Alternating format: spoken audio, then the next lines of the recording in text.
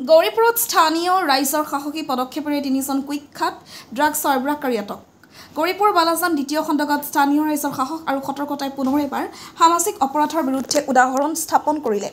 ৰবিবাৰে নিশা গাঁৱৰ এখন ঘৰত ড্ৰাগছ বিক্ৰী চলি আছে বুলি সন্দেহ হোৱাৰ পাছত গাঁৱলীয়াই নিজেই তৎপৰ পদক্ষেপ লৈ তেওঁলোকে ঘৰত প্ৰৱেশ কৰি বিক্ৰী চলি থকা অৱস্থাতেই ৩জন কুখ্যাত সৰবৰাহকাৰীক আটক কৰিবলৈ সক্ষম হয়।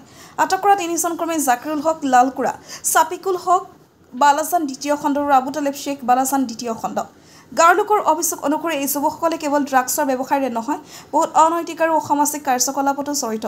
বহু বছৰ ধৰি বিভিন্ন অঞ্চলত নিষিদ্ধ ড্ৰাগছ বিক্ৰী কৰি গাঁও চহৰত আতংক আৰু অসুৰক্ষা পৰিৱেশৰ সৃষ্টি কৰি আহিছে তেওঁলোকে। ঘটনাৰ সময়তে গাঁওবাসী আৰক্ষীক খবৰ দি আটক কৰা ৩জনক বালাজান আৰক্ষীৰ হাতত গতাই দিয়ে।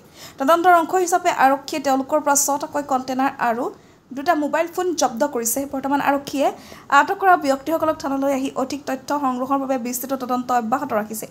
এই ঘটনাই স্থানীয় ৰাইজৰ সচেতনতা আৰু একত্ৰ পদক্ষেপে কেনেদৰে সমাজৰ পৰা অসামাজিক উপদ্ৰৱৰ পৰা মুক্তি আনিব পাৰে তাৰ স্পষ্ট প্ৰমাণ প্ৰদান কৰিছে। ধেপধেপিৰ পৰা মৃণাল ৰায়ৰ report, north east frontier news.